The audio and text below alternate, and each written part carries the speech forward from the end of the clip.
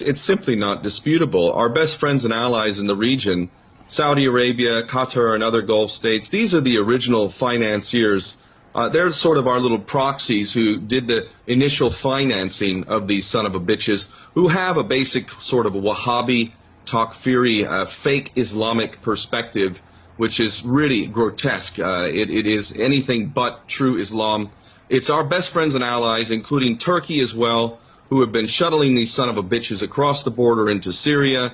Jordan has played its part by providing training bases so that we can train these so-called moderate rebels that don't exist and never existed in the first place. We are the ones who have carried out a policy of effectively providing air cover for ISIS over the last year and a half or so while they were growing, the biggest military in the history of the world with a coalition running around and apparently unable to do what Russia has been able to do in just a couple of months of real bombing, of really going after so-called ISIS. I mean, we are the ones who protect these son of a bitches on every level.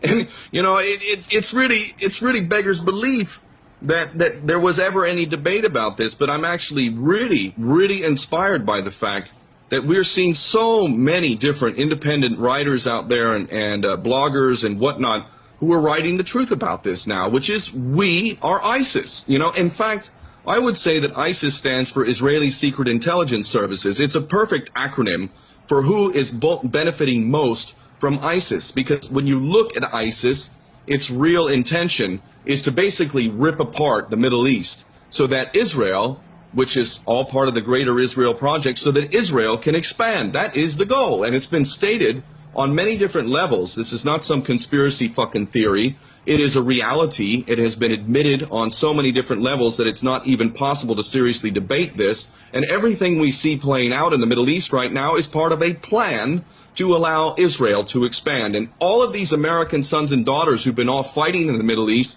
have been fighting for the so-called Jewish state, not for American interest. How did America benefit from anything we've done? And now you get 22 American service members a day committing suicide.